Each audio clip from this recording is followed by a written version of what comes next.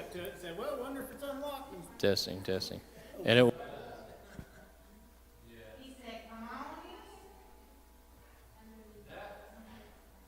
don't have a problem that you guys are here. I have a problem that our church was that easily accessible. Exactly. That's why. Right. Well, and that's why this is about because of the business meeting. We were talking about like the rooms up in the back and stuff, and you know.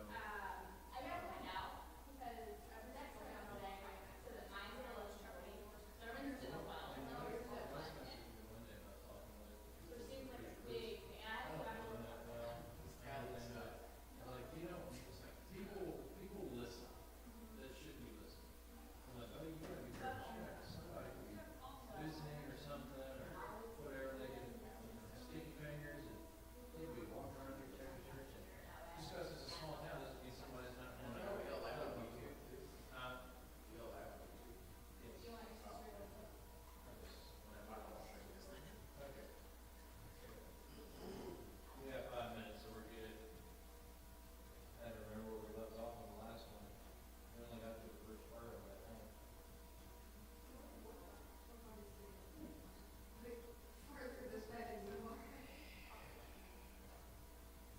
So, Ashley is leaving us at the end of July, 1st of August. I know. It's still the 1st of August, it's the first part of August.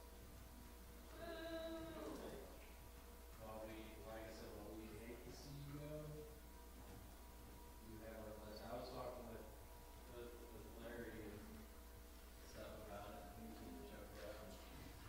We got to say, we're on page 55, the second part of the lesson 7. Lesson 7.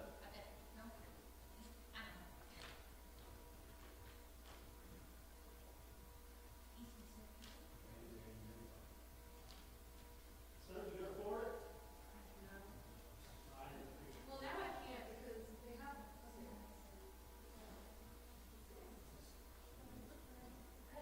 I'm still going to Wisconsin.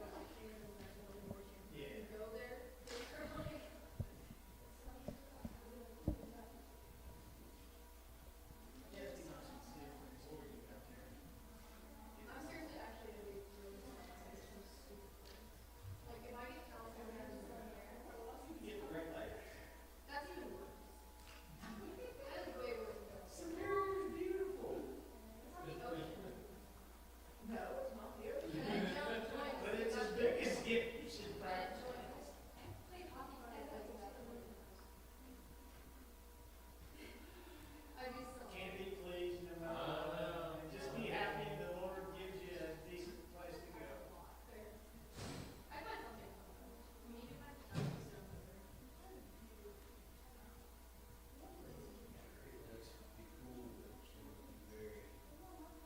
Cold.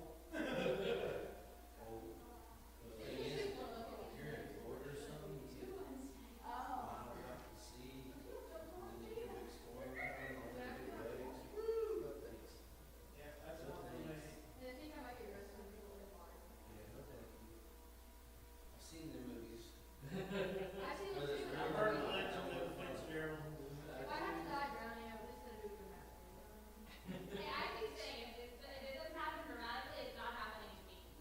You gotta drown this all.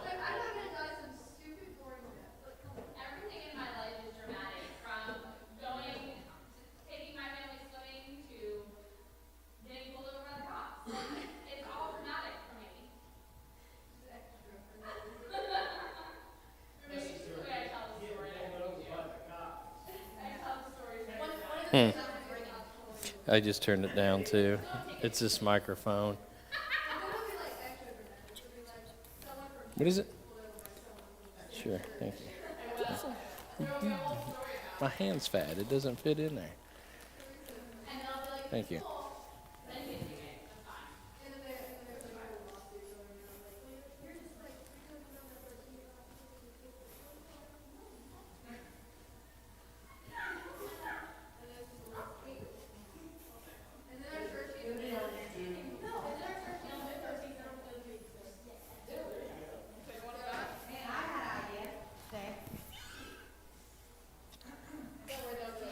Instead of those people holding up signs for food or money, we'll hold up signs for the church. That actually really. Yeah.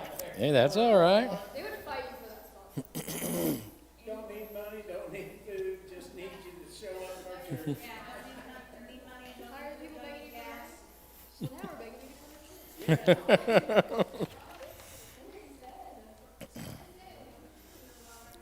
church. The pastor that I follow, oh wow, that's loud. I don't know why they had me turned up so loud back there.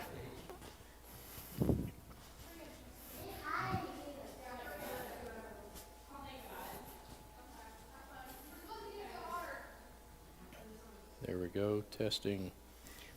Maybe just a little bit. There we go, maybe. Awesome. There's the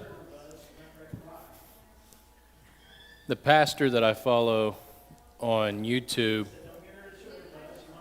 He made a comment. His wife got him to go on a cruise one time. He goes, "You notice I said one time." And he said, the waves were coming up real big. And he goes, "We didn't have the money to have one of those fancy rooms with the decks." He goes, "Thank God, 'cause we had a little porthole." He goes, "You look out and that wave was just, you couldn't see nothing but water."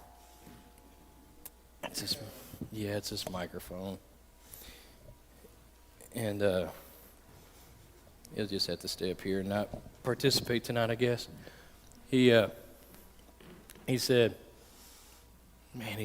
all of a sudden the captain comes over the loudspeaker and says, "With the weather and this, we're going to do everything we can to keep you as safe as we can tonight." He said, "I have seen the Titanic and I have seen and heard about all the other cruise ships. I will never go on another cruise as long as I live." And like I said, I'll agree with everybody else. There was enough room on that door for Jack, and there wasn't any reason for Rose to be as stingy as she was. I'm just saying. So, and then now, see the behind-the-scenes stuff and realize how big of your life was a lie, because you see just how deep the water was that he was in, and yet it was so shallow of where they filmed, he could have just stood up like, "Now look." But I did see something here recently about the Titanic and stuff, where as the bodies drifted down to the bottom of the water, there's remnants of like their shoes and stuff, because of the material and the stuff that they used on the shoes. The water, even all these years, still has not messed with it, and the fish won't touch it because of the chemicals and stuff used in it. And it's just amazing to see where those shoes are and know that there was once a body in those shoes, and it's like, wow, it's just amazing. Mm-mm. Yeah. If nothing else, they at least got water in the pool.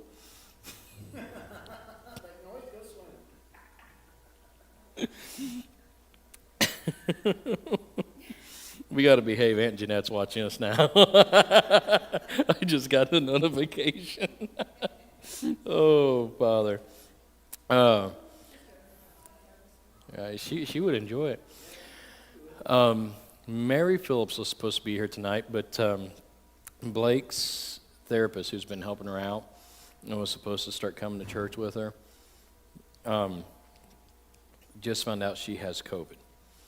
And so Mary called me and said, "What do I do? Do I come? Do I stay home? Do I do whatever?" And I'm like, "Well, you know how you feel. But if you want to be cautious and all that, go ahead and stay home. Come see us Sunday." I don't want anything.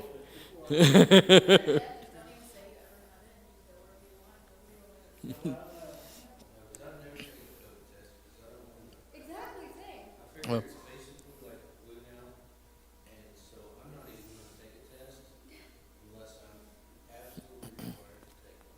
yeah. I was required to take one. We had a choice here when Pastor Paul was here because we were following strict CDC guidelines. We could get a shot, get the COVID shot, or we'd have to wear a mask. If we got the shot, we didn't have to wear the mask. So I just went and got the shot. I didn't do boosters. I wasn't doing boosters. I'm not doing that whole rigmarole. And then this is not a political thing. It's not. This is just is what it is. Dr. Fauci has made me so mad when he has admitted to fabricating and lying about a lot of the COVID stuff. The 6 feet apart, the masks and all that. But yet the same people that I've had conversations with, even in our church, and said they fabricated it. I'm not saying it wasn't real. I'm not saying it wasn't serious, but it was blown out of proportion. No, they know what they're talking about. They know what they're talking about. Stop. Obviously something exists because we all know somebody who got sick. Well, A lot of people won't go and die. well, here's what's ironic. They were sick. Right. And here's what's ironic. When President Bush was in office, he was working on a COVID vaccine because he knew what China had and what they were doing. President Obama got in office, he 86'd that. We're not doing that. So when this all happened under Trump, and I'm not saying it's a left thing or a right thing, I'm just giving you what I know. Oh, well, they came out with that vaccine awfully quick. No, they didn't. They've been working on it. They've been testing it. And my sister-in-law, who, if she watches, I don't care, she can shoot me later, I'll argue with her till I'm Smurf blue in the face, I don't care, said, oh, well, then the kids can't go out and buy the latest iPhone because they came out with it too quick. You can't even, that's not a comparison. I hate when somebody tries to have a valid argument with something completely invalid and ignorant. It's not. Exactly.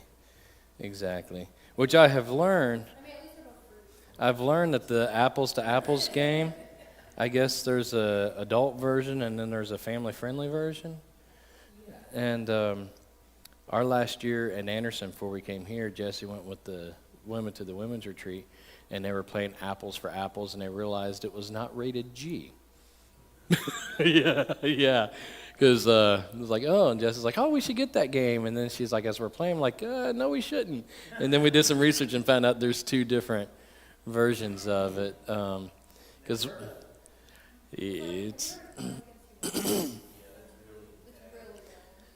Yeah, like, I never knew it was bad for, like, the longest time. Played you. And then, like, Yeah. they're like, oh, we should play that. I was like, I don't really know much about it, sure. And, like, he got it out, and I'm like, what in the heck is this? I play poker, but I haven't played it in forever. My stepdad always hated it. He's like, what kind of game is this? It goes off opinion. Like, there's, like, no strategy. And I was like, do good at Well, it's like what was it? I think we have like the 5-second rule, but then there's another game we have that will say, in your opinion, which one's better, this or something like that, and you'll give your answer, and it's like, well, it gives the answer this. Well, it just said your opinion, so therefore there's no fact, I mean, right. And my grandma always said opinions are like buttholes. Everybody has them and they all stink. There's one game called Worst Case Scenarios. You do 5 cards with, like, some worst case scenarios, and then one person each round, like, picks the order, and then you have to, like, guess what they chose as their order. It's really fun. Like, you realize how much of those people have. What? I would have never thought you would pick that one before. There's this guy on Snap, and I think he's on TikTok and stuff, but he's got this thing called Bab's Cat, and his cat has little sunglasses on. He'll read a question, and his cat will smack at one of the cards, you see? And, like, one of them was like, what's the next outbreak or something like that, and he's got, like, I don't know how many hundreds, because I'm like, I've seen this question, but I don't know how he arranges the cards or whatever, but one of them was the plague, and I'm like, what? No. And that cat will just trot away like everything's all hunky-dory and everything. It's so weird. All right, so keep Uncle David in prayer, or actually keep everybody else in prayer. He's going to be traveling. I know, but you're going to be traveling on the interstate, so we need to pray extra hard for those people. Through Chicago. Thurman was telling me about Chicago. He's like, Dad, he goes, I saw a thing that said Chicago style pizza. It had bullet holes all in it. Oh man. So the Norfolk Southern makes their railroad is, like, their biggest area is Chicago. I When bet. all those riots that were going on, they went to like out of the trains, like if they were stuck, then they were stuck too because they were over there. They're like escorted, and they're getting shot at. We went up to Chicago one time, me and my buddy and his wife. We got lost. So I said, well, just pull over to this gas station and I'll go in and ask for how to get to where we want to go. And I went in and asked, and the guy at the gas station said, you shouldn't even be out of your car. Oh my gosh. Yeah, he said, you shouldn't even be out of your car. Oh my gosh. That's scary. And then like, bring it on. Yeah, I'm protected by the law. Amen. Amen. That'd be hilarious. You have like shades on, and it's like walking. Like there's like gangs behind you, and it's like shooting you. It's like walking. You have your Bible in your hand. Yeah. They're missing. Yeah, there's just like bullets flying by. When we hear about the one-man sub that goes down, it's going to be them sending Ashley because they're going to we can't deal with this. You want to figure out the most dangerous one. Go. Ship to 700 East Mill Street, Summitville, Indiana. Care of First Baptist Church. Oh, Father. But keep Mary in prayer. Keep anyone traveling in prayer. I thought Dan was going to be with us tonight. I'm not sure where he's at tonight. He messaged me and told me he wouldn't be here tonight. Said he would. So I'm guessing he's not going to be here Sunday either. He said he'd see me at VBS. So I have no clue. I think. Excuse me. Keep Cody and Britton in prayer. They said they would be here this coming Sunday. So did I unlock the door? No. Well, yeah, Terrence went outside too. So I mean, they'll knock on the door normally. Yeah. Well, no, there's ones. I'll go unlock it real quick. But yeah, just keep them in prayers. I know Mary said she's not feeling anything right now, but still.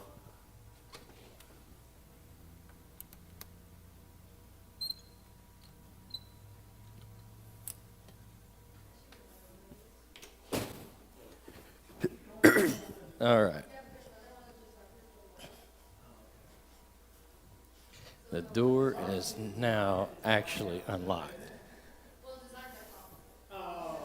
Okay. Lesson 2 of this one. It says, earthly wisdom prompts selfish concern. It's page 55. There you go. Hey, we unlocked the door in time.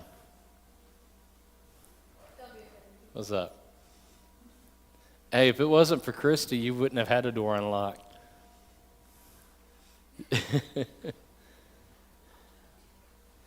Will you go mute channel 5 back there for that microphone, please? It's still echoing. Thank you.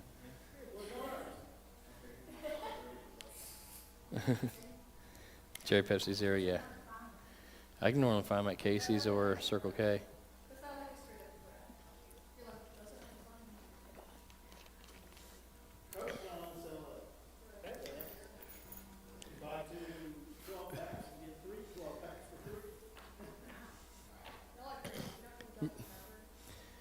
I like Dr. Pepper. I like the Dr. Pepper Zero too. I guess Pepsi. Actually, just drink water. You know, this thing of all water tastes the same. Somebody lied. No, Yes, that's a lie. All water does not taste the same. Somebody like no palate. Somebody has no palate. You can give them anything and they're not going to taste it. But water, not all exactly.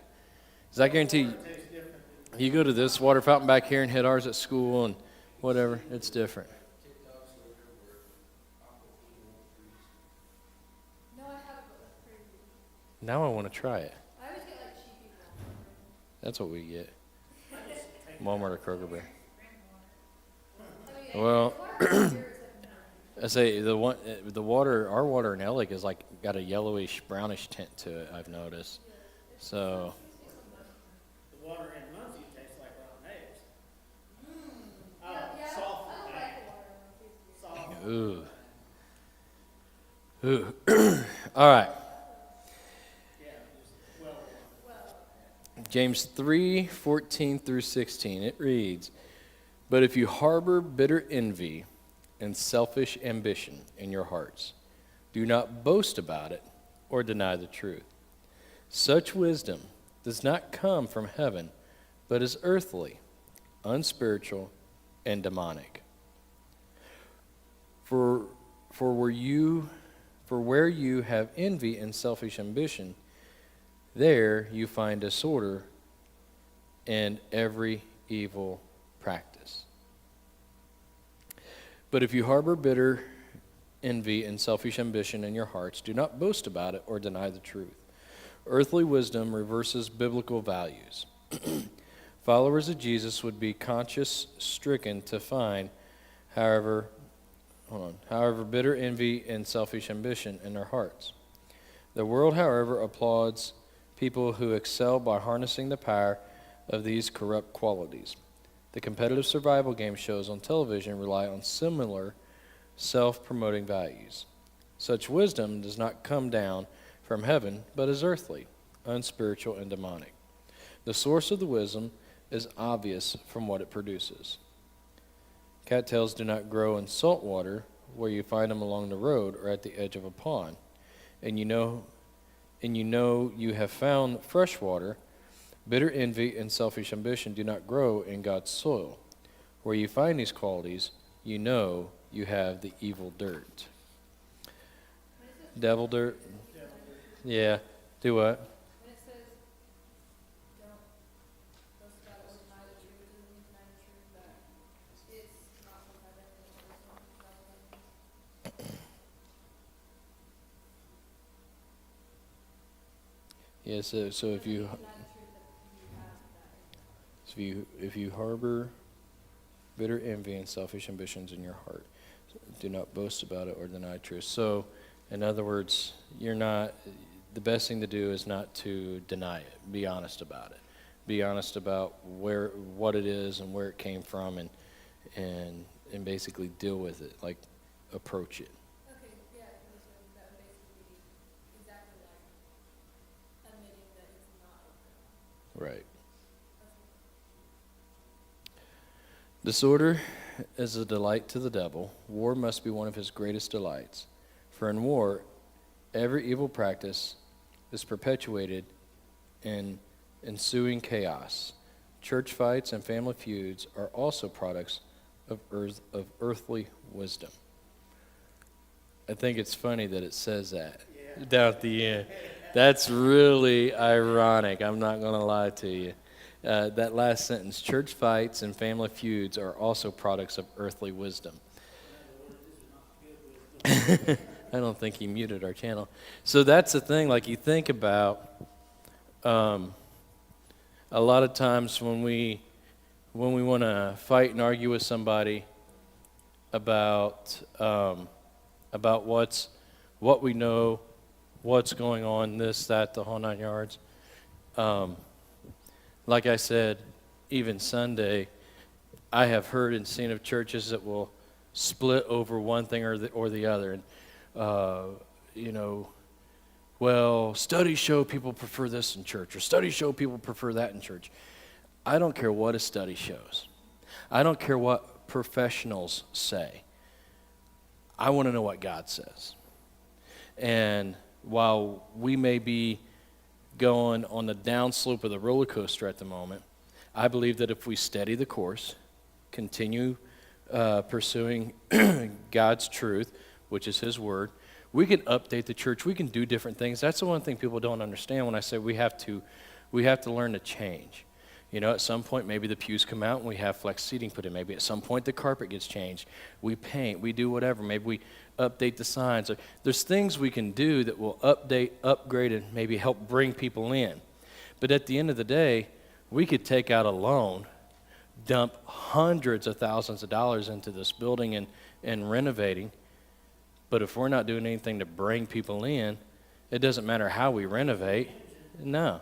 You know, you can, yeah, exactly. You can put a fresh coat of paint on a car and slap even some good tires. It doesn't work. Yeah, so it's just, and the same thing with families. And I know we've talked about it in labs, and I think we've talked about it in Bible study. I know we've talked about it on Sunday mornings. I absolutely hate when someone writes a book or sits down with a couple. They've never been married, they don't have children, or they've been divorced 20 times, and they're going to tell you how to live a good life. Now, here's the thing. You may have been divorced, and it could have been somebody was just a jerk and did this and did that, and you did everything you could. That's great. And now you're with somebody, and you both are doing what it takes to make it work. That's awesome. But when you have somebody, especially that has never been in a relationship, a committed marital relationship, and has never had children, you cannot tell me what makes a marriage work. You cannot tell me how to parent my children. I ain't had none of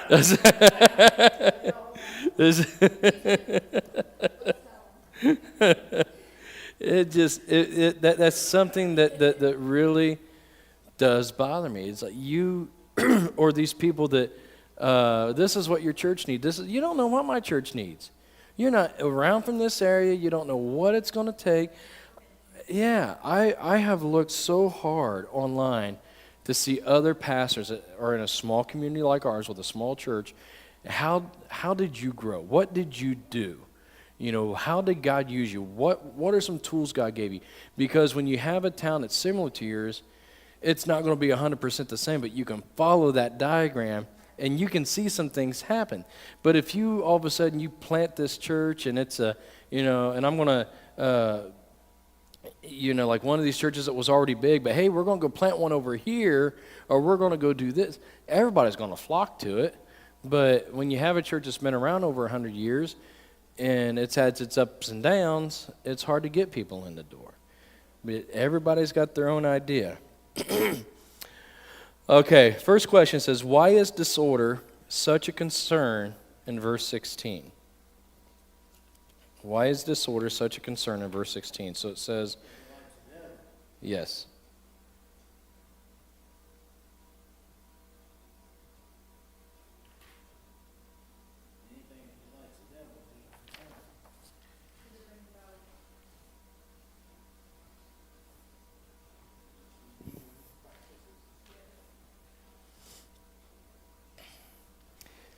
Yeah, just imagine who cares how it happens? Let's just go make it happen. You have to have some kind of order. Now, it doesn't mean, like we have an order for Sunday morning. It doesn't mean we have to stick to it. If people are flooding the altar, we'll have an altar service that day. I've always said I would love to have enough people, genuinely enough people that like are so spiritually convicted on having a baptism, that instead of preaching, we just do a full baptism service. Let's get through everything and just baptize people in place of the sermon. I think that speaks a lot of times more volume than talking. If you hold them under longer, it takes longer.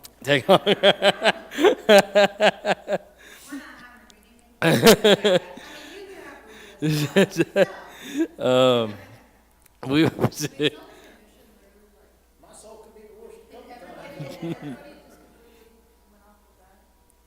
All there would be is disorder. Yeah. Because like you can't have order if you don't have specific set of rules and if everybody has their own selfish thoughts of what should be done, then there's literally no. Well, it's funny you said. Thurman and I were watching some Piers Morgan yesterday. I don't remember what it was. Thurman was playing a game, and we were talking about something. I said, "Oh, that reminds me. I got to show you this." And I pulled up this thing of Piers Morgan, and it was, International Women's Day or whatever. And he goes, "Don't you think that it kind of defeats the purpose of having a day like this where we celebrate women when somebody can just raise up their hand and goes, I identify as a woman?" And she goes, well, then, and it's funny, as he backed her into a quarter once, and she's like, tried to crawl out of it a little bit. And he's like, so why can't I say, and there was a white woman and a black woman. I thought this black woman was going to spit her drink out all over the table and Piers. He goes, why can't I raise my hand and say, I'm Piers Morgan, I'm a black lesbian? And all of a sudden you hear, it's like she was, and she goes, well, it doesn't work that way. He goes, no, that's what you're saying. You're saying any man can, because I think, I know in the UK it's happening, and I'm sure it's probably happening here. We just haven't heard an abundance about it. But a man went to jail for being convicted of raping women, but all of a sudden, as he's convicted, he identifies as a woman, so he can go to an all-women's prison. Oh, that makes sense. Right? And so it's like, and so that's where a lot of this disorder comes in, this, oh, I can, whatever. He goes, at this point, there's no limits. He goes, where's our morals? Where's our morale? Because at that point, there is no truth. Because your truth is your truth, and my truth is my truth, but there's no absolute truth. And the very first thing that came to my mind, Caden read it during labs last week, I think. I am the way, the truth, and the life.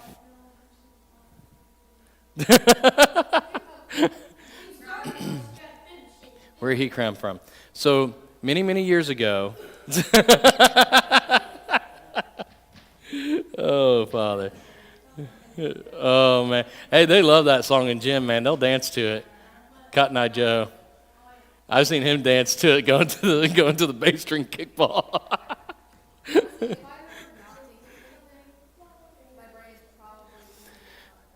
So the funny thing is, I had a college professor do this with us one time, and I thought, that makes sense. He said, even if it's still and quiet, and he had us do this. He goes, if it's still and quiet, nobody's speaking, you're thinking of something. He goes, maybe not immediately, instantly. He goes, but in a matter of seconds, your mind wanders to something that's at the forefront of it. And I thought, that's scary. It's really scary. Oh, trust me, I know. I feel you. I feel you. And they didn't give me a pair of glasses, so I had to struggle with the fire boot camp without glasses. I had a dream, I was a custodian at the school up there on vacation. I came back and everything was different. It's like, what is wrong with you guys? You didn't do this. I always give our custodians a hard time, especially Mr. Rob. Like, who told you could take a day off? It's like, you know this ship doesn't run clockwork when you're not here. Can Christians harbor bitter envy and selfish ambition in their hearts and still be Christians? Yeah, they can, but I mean, it doesn't just make you not a Christian. This here says no, but I disagree with it. I think it means, I think it depends on what Christian. My thing is, I don't think we personally, like spiritually, we're holding on to it. Fleshly, we are. Fleshly, we are. But if we allow it to hang on to it so long, it can get ingrained into us spiritually. Exactly. So, and if you are, like Uncle David said, if you are, you're probably very early in your walk or have not had somebody there with you over the last X amount of years or whatever to help you strengthen your walk with Christ. And so you just, dare I say, you're one that you come to church, you open your Bible, that's the only time it gets open, you go home and you live your life like Satan the rest of the week. Not just in the word, but constantly be like with other Christians. Agree. It's too easy to do that. Today we were talking about Christians talking people. She said, we think it'd be like I'd like to see the church, neighbors of ours that we think give you, but You got to love thy neighbor. that's right. So we're trying to be better. Yeah. So But will they be better? well, that's up to them. But you know, but we were, that came up. Yeah. We're working on it. Who's that? Do what? Cindy knew the grandson. I know him as like a friend of me and Ben's. And I asked He was correcting your grammar. He said Ben and I. Well, Benedict. That's close enough. And that's what we, Josh is saved, his whole family saved, except for, his little sister, Abby, and he told me that his grandpa is saved, Darren, but Cindy's not. So Cindy could get saved if she wants to, but if she don't, it's gonna happen. Lung disease. Somebody sum up the door. It's Becca. You okay? Just walking normal.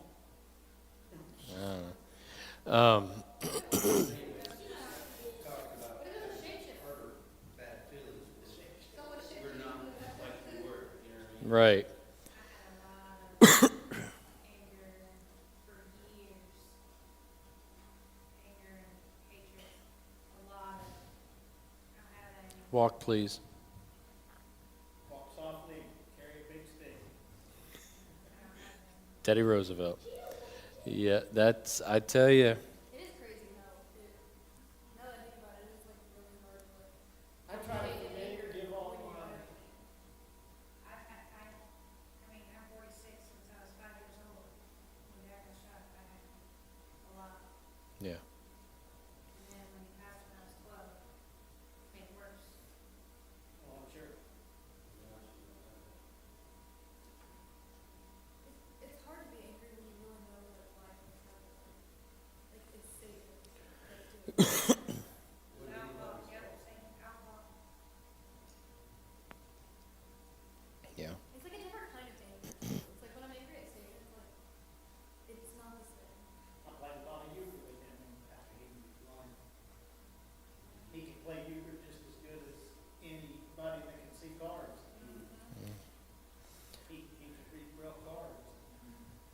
He's a good card player. The way he's blind. Totally. What are you looking for? I don't remember you walking in here. Yeah, he got some. I say somebody's pops up here, but I don't know whose that is. Okay.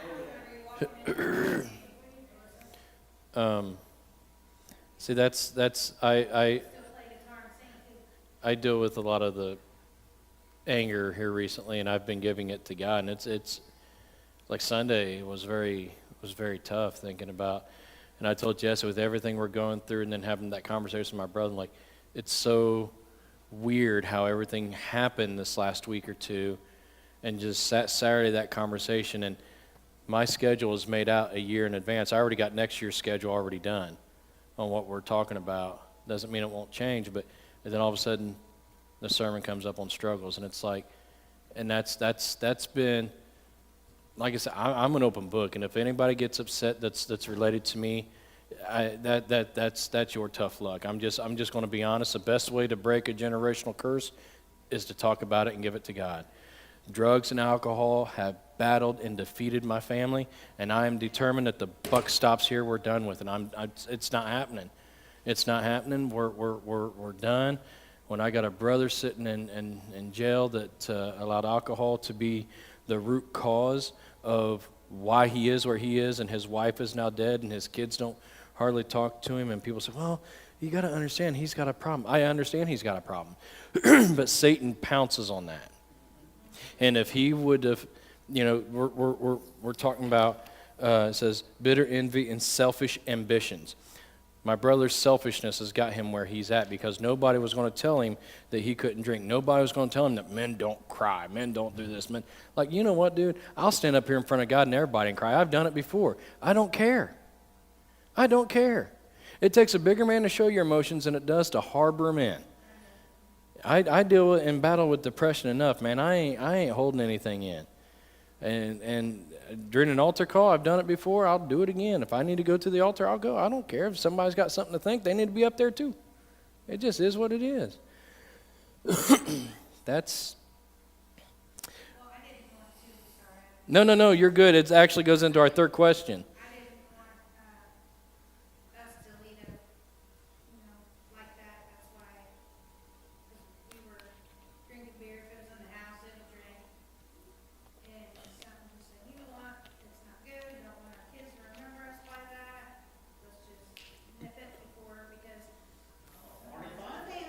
Nip it in the butt. You gotta pound that pistol like he did. Oh, Father.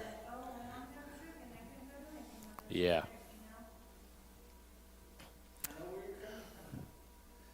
Yeah. During the day of our renewal, my sister-in-law showed me, it's public record, she showed me that as of right now, the earliest possible release date for Jason, which will be July of 2035, so that's 11 years from next month still. So that'll be his 15 years served, and then he'll have, give me 1 second, that'll put both of my boys, definitely graduated and probably more than likely moved out. 11 years, Becca will be, yeah, I mean, all my kids will be of age, all of them. He has grandkids. Jason has 3 grandkids that will be teenagers by the time he gets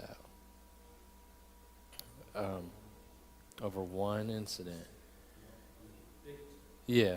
And people don't realize, it's like it just happened. It didn't just happen. But that's where all this, we're still ringing for some reason. I don't know if it's the pulpit or what it is. But the next question says, why is it so hard for people to let go of bitter envy or to, I don't even know what that word is. See, that's what I'm saying. I don't like these questions because they put them in like philosophical. We got to talk like we had a theological class. Yeah, repudiate, whatever that means. Selfish ambitions. This is where I need Jesse up here.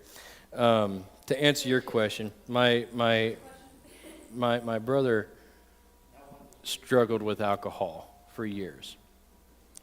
And when our dad died, he used that as an excuse for a reason to drink more. I don't care what anyone says, that's exactly what it was. It was an excuse. And he finally admitted to me Saturday on the phone, he goes, I was an alcoholic, I had an alcohol problem. And the thing that meant the most to me out of that entire conversation Saturday, about 20 minutes, was that, and I got back into reading my Bible. I said, good, don't stop. They do, yeah, they do. Now, the one thing that I don't like that they allow, because somebody in our family did this, I won't put names since we're streaming. You know who I'm talking about. You more than likely know who I'm talking about. They went through the ministry program and got ordained, and so that shaves some time off. Yeah. The other one. Time off, Yeah, and it makes it look good on them. And so you give pastors a bad name, I'm sorry, because you get out and you go right back deliberately doing what you were doing. You had no remorse, no anything. So you make us that are trying, you make what we do look bad. And that's not cool. That's not cool at all. And it's not even what we do. It's you're making God look bad. You're making Jesus look bad. You're making His Word look bad. And that's just not cool. But my brother, Father's Day, 2020, June 2020, had too much to drink, tried to commit suicide. My sister-in-law called the police. I do blame IMPD a majority for what happened, because when they came and confiscated the gun that he had, they were supposed to do a complete sweep of the house and confiscate any firearms that were there. They did not do that. They didn't. They took him to a psych ward, had him there for 3 days, and decided he was okay to go home.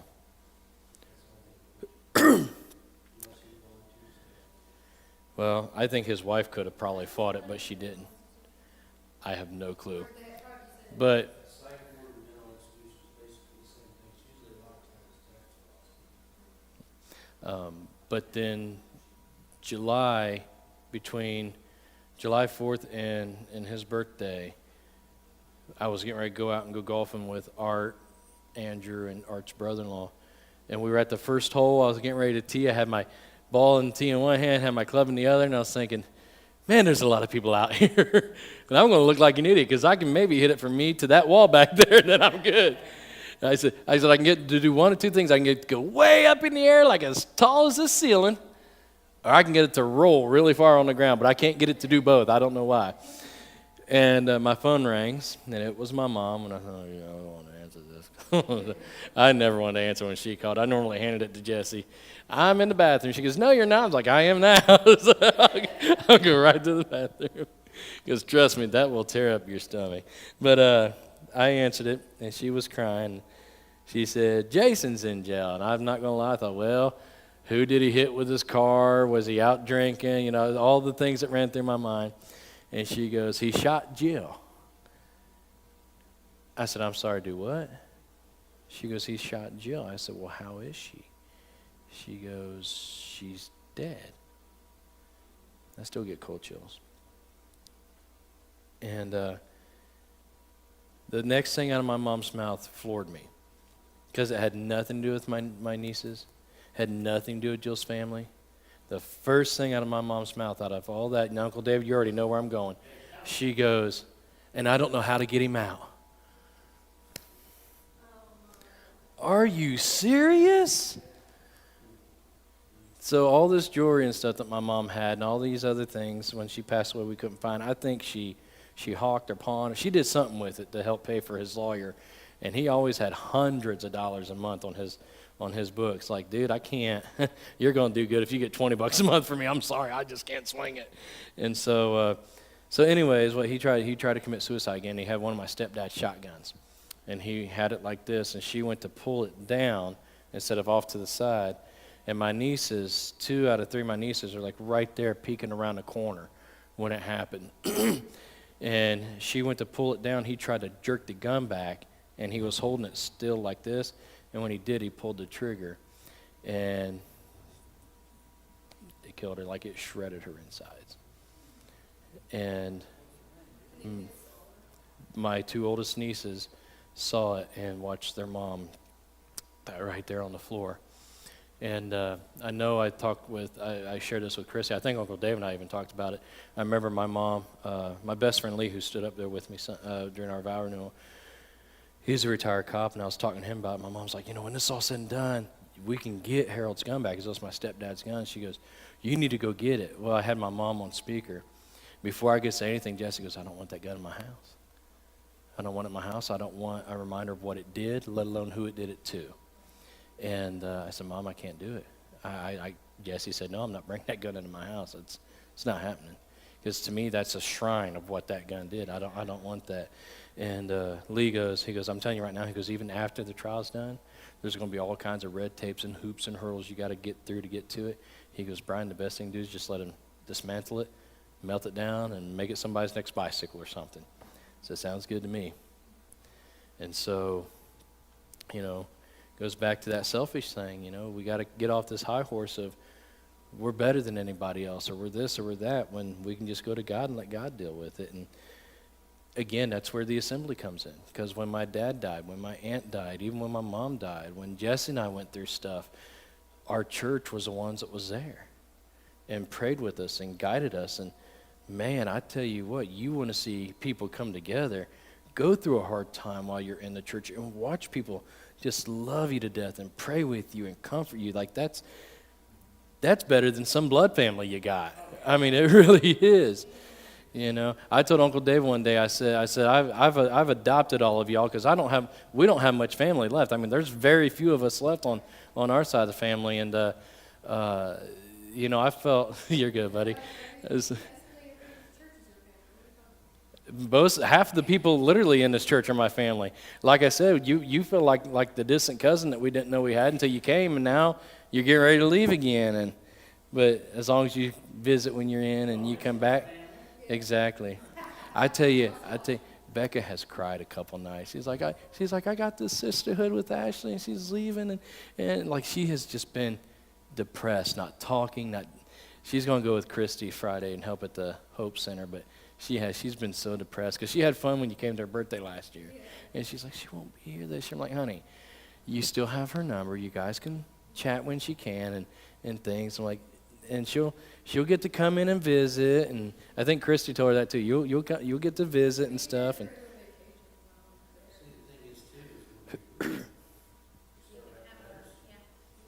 write a letter back, and we still have a way to track it Yeah. back. I actually have an address that I would use.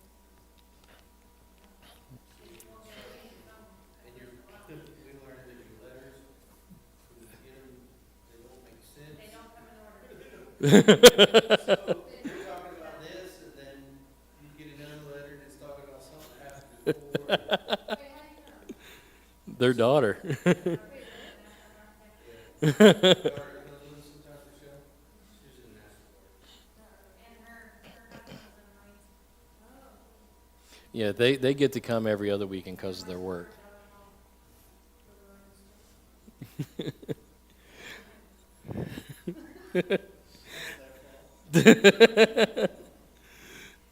All right, section 3. What's up, buddy? It's right here behind Christy. Section 3 says, heavenly wisdom blesses others and ourselves. It's focused on verses 17 and 18. It says, but the wisdom that comes from heaven is first of all pure, then peace, love, considerate, submissive, full of mercy and good fruit, impartial and sincere, peacemakers who sow in peace reap a harvest of righteousness. I hope this is going where I think it's going. But the wisdom that comes from heaven is first of all pure. Verse 17 lists all the products of heavenly wisdom. Topping the list is purity. Jesus said the greatest commandment is love the Lord your God with all your heart, and with all your soul, and with all your mind. Such love purifies our hearts. James wrote to troubled churches in verses 17 and 18. He listed the qualities they should find in themselves if they are rooted in heavenly wisdom. The absence of these qualities would give the Spirit opportunity to convict and spur them toward the right source of wisdom. How about you?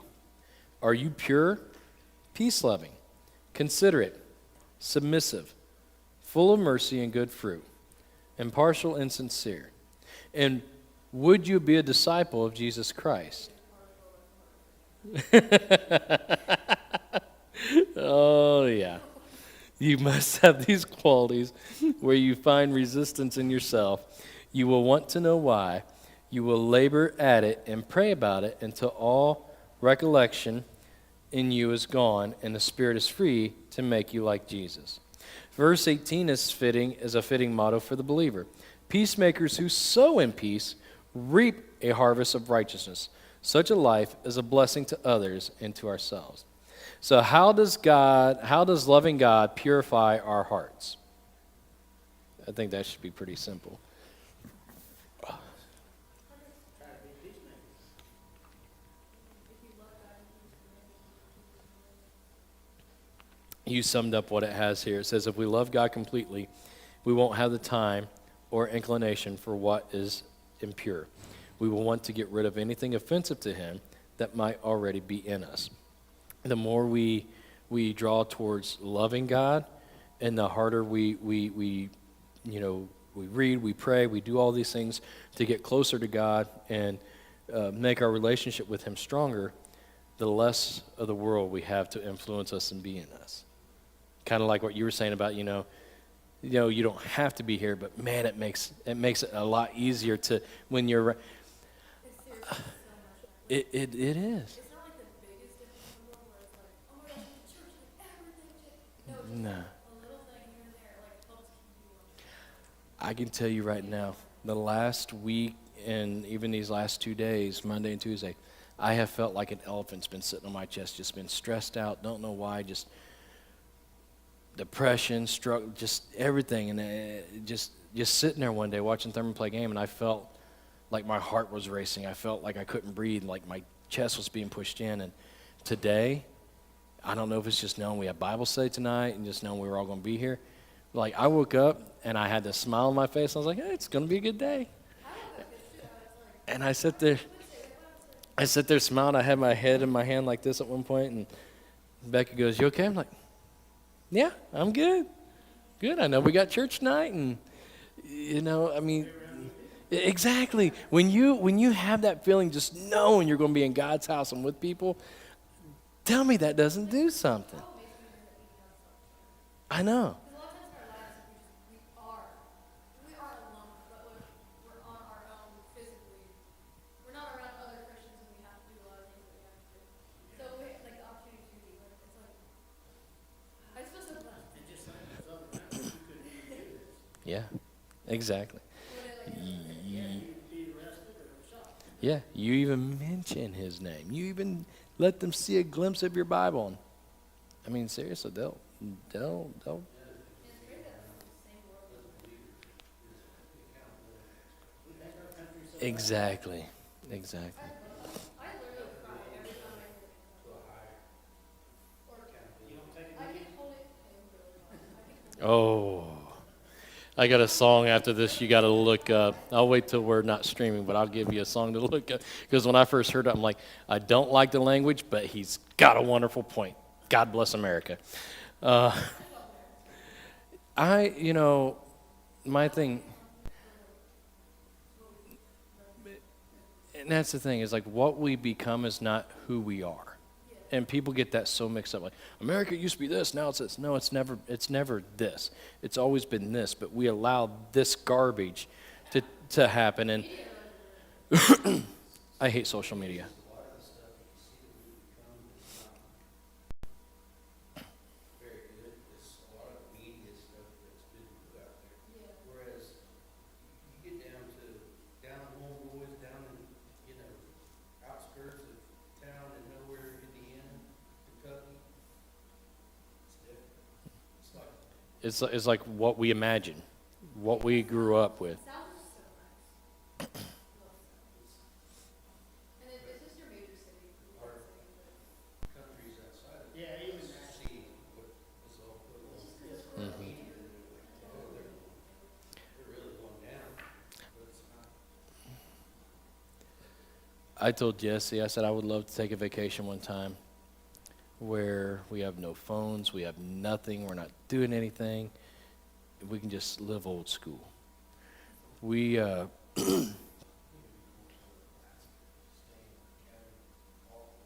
mean, if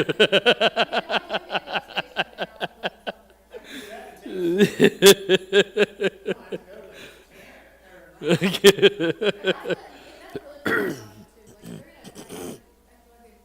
Yeah, they're not very far. You can spit on Russia over there.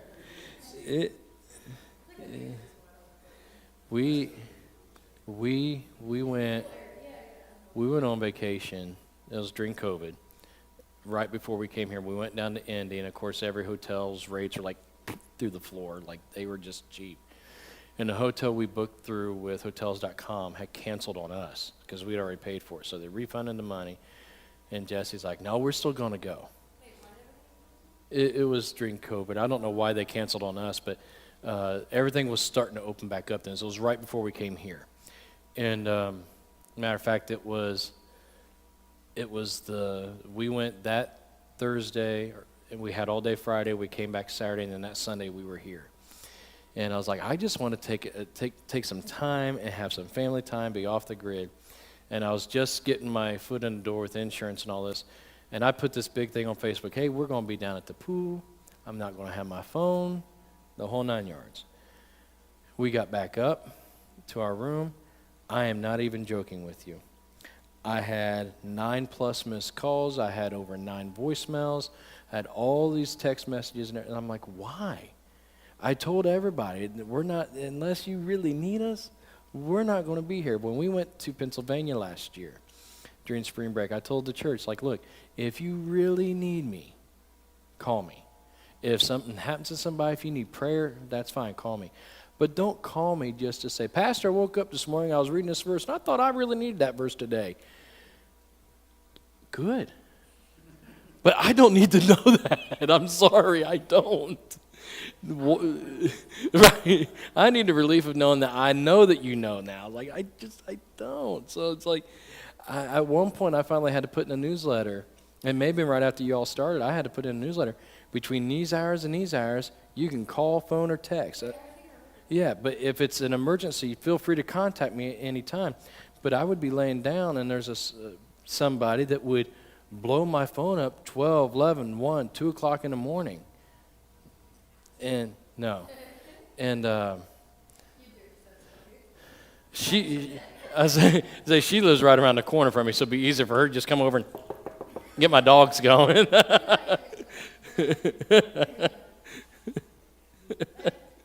Oh, Father.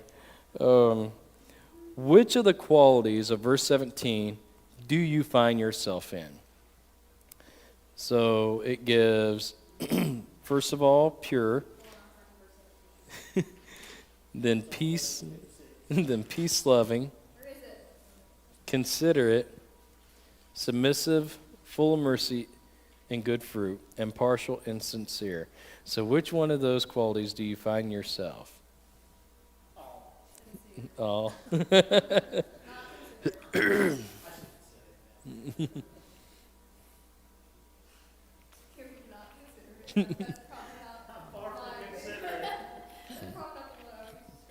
I would say the one that I feel like I fault to the most is submissive. I want to be so submissive to God, and sometimes that gets us in trouble with people. You know, whether, oh, you went over on time, or you did this. You know, that's the one thing I love about Wednesday nights. There's times oh, crap, it's 7:15. Well, let's go ahead and finish the lesson. You know, I know. And I'll tell you, when we had revival, I loved revival. It was great. It was fun. I had a blast with it. But at the same time, I remember looking at Jesse and like, you know, what I really don't like is it interrupted our church schedule. And I don't mean that in a bad way, but I love our intimate time like this together as well. I love that. I got so... Labs is fun. It is so awesome. When I preached in Anderson, this is how I did it. I would be down here. I wasn't up there. You know how long it took me to get comfortable up there? And so the one time that I preached down here, like a month or two ago, I felt at home. I felt more comfortable. It felt good. We just couldn't see y'all, we could see. All right, here we go. It should.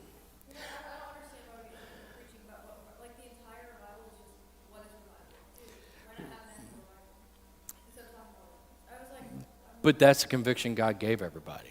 Because here's what's funny. None of us talked to each other about what we're preaching about.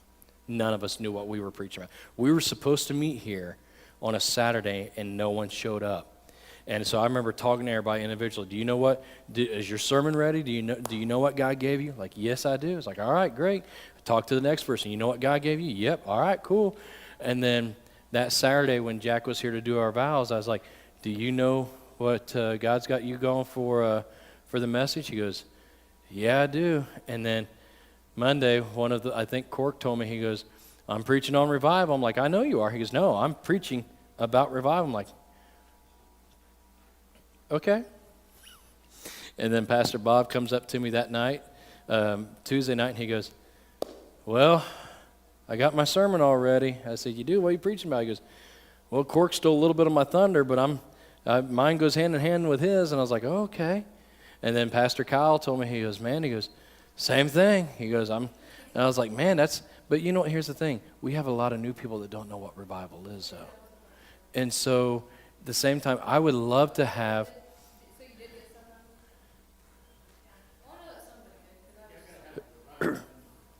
Exactly. I tell you what I would love to do next year, if possible. I'd love to have an outdoor tent revival. I would love to. I would seriously love to. Is it going to be hot? Yes, it will be. But, man, we got to have fun with it. Exactly. It makes it easier to draw people in. You look at the Billy Graham tent revival that happened out in California I say decades ago, but I guess it was at that point now. But it was called the Campus Cathedral. And there's a plaque there, a historical plaque that marks, there's a building there now, but this thing was like, you picture it going from this corner to that corner. It pretty much took this whole block that we're sitting on, which is really cool. And they were only supposed to be there like 3 or 4 days or whatever, or maybe up to a week, and they were there for weeks. And they finally got booted out because they went as long as they could, but now that somebody else had rented that spot and they had to go because there was enough people that wanted to keep it. That's what the revival should be. Like, that's what it really should be, and we should encourage that. But if we're outside, like you said, people walking by, they see that and all, they can come and be a part of it. Now, I know it's stuffy in here, but here's the thing. Like I was telling Charlie, because Charlie said Sunday, this side, the air wasn't working right or something. And I said, you know what? I said, even if only one side's working, be thankful we have any kind of cool air. because it could be back in the days before we had air conditioning. And that's sad, isn't it? That's sad. You look at pictures of like when my great-grandfather preached. Yeah, because this was added, I'm guessing, probably about the time they built on or whatever. Because you can tell these vents aren't supposed to be here originally. Because if you go downstairs where these vents run, it blocks all the downstairs windows. Oh, now that we're bored, Ashley, all right, let's move on. Which of these qualities are missing in your life? I don't know if I'm going to miss you too much now or not, Ashley.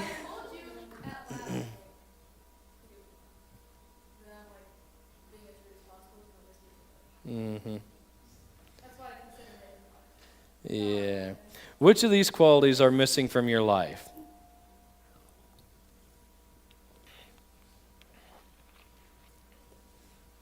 Can I be honest? Full of mercy is one of my things that I struggle with, because there's sometimes I look at people and look at I'm serious, and look at the situation or what they've done or whatever, and the last thing on my mind or in my heart is mercy.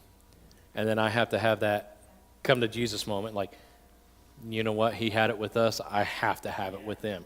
There's no option. You know, oh, they don't deserve grace. They don't deserve forgiveness. They don't deserve love. Neither did you, but you got it anyways. So they deserve it.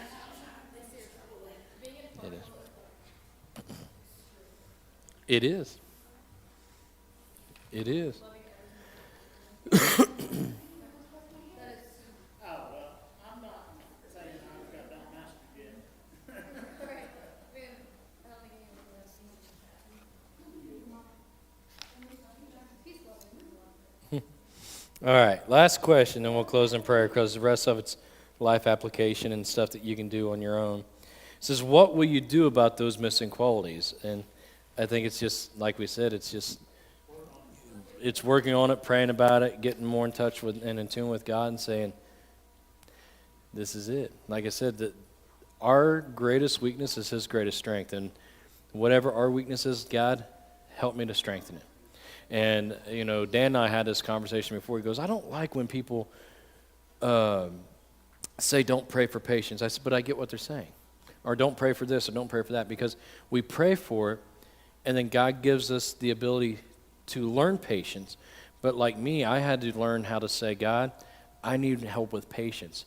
Can you give me something small to work with here? Can you give me something small to work with there? And then over time, as you learn, you can ask, you know, eventually you can just say, God, I think I'm there. I need help with patience. And then at some point you learn to be patient.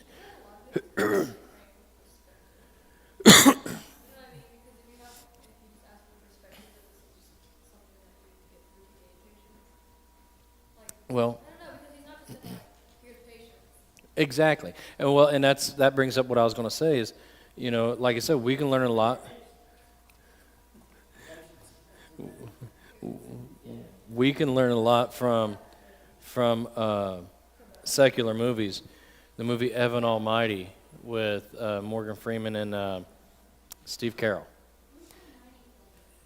I don't disagree, but there's good lessons in them, especially like what your dad and I were talking the other day with Jesse, is when you see things, as you watch movies growing up, oh, it's a movie, it's entertainment, because you don't truly understand what they're teaching you. And then as an adult, you can watch it, and you still kind of have that same focal point, but then you're like, oh, okay, I see where they're getting at with that. But then when you're saved and you're part of God's army, you see it from a completely different perspective. You really do. Like the same movies or same shows you've watched over and over and over, you watch and you're like, oh my gosh, I never realized that, because you're looking through eyes of faith. And so the woman that was playing Evan's wife in Evan Almighty, he's building the ark and all this. She goes down to eat, and here's Morgan Freeman as God coming to serve her some food, and he's talking to her, and at some point he goes, you know, when somebody asks God for patience, does He give them patience, or does He give them a situation to learn patience? If they ask for faith, does He give them faith or a situation to learn faith? And so on and so forth. He doesn't just say, here it is on a silver platter, congratulations. He gives you the ability to learn it and grow in it and strengthen it.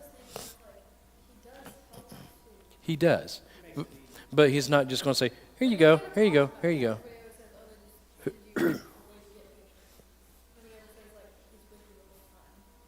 Well, I have tried to preach on it, but I have people hollering out, well, this. Well, you can say this or that all you want, but the thing is, if you're trying to do it on your own, God's going to let you do it on your own. That's the free will part.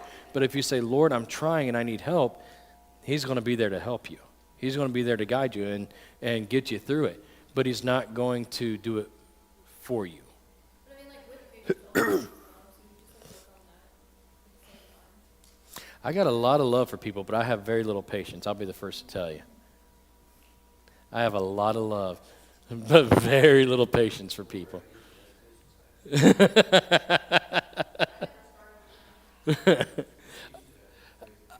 Being very serious, between being married, having kids, and being in ministry, I have learned over the last 21 years to be more patient. Doesn't mean I am more patient, but I have learned. Yes, I have learned, but it's still not where it needs to be. And it will never be where it needs to be until God calls me home. But I am a lot better now than I was 5 years ago or 10 years ago. And yeah, I mean, it's... I need to learn patience behind the wheel of the car. You and me both. You and me both. That's easy, but No. not when you're late for work. Like, when I'm Period. late for work, it's I like, don't even have to be late. No. If you're not doing the speed limit or. Oh, man. Oh, man. okay, if someone's going below the speed limit, then I'm like, get out of the way. But Oh. I actually have, like, a speed limit, but if I'm stuck I tell you, going anywhere and they're going below, I'm like, I think my patience can go from a 10 to a negative 20 and 0 to 60. Especially, and I don't care, Thurman, shut me off back there, would you? they don't know cute. Oh, I thought you were in my office. Go ahead and shut me off, please. Just flip the switch. Just turn it all off.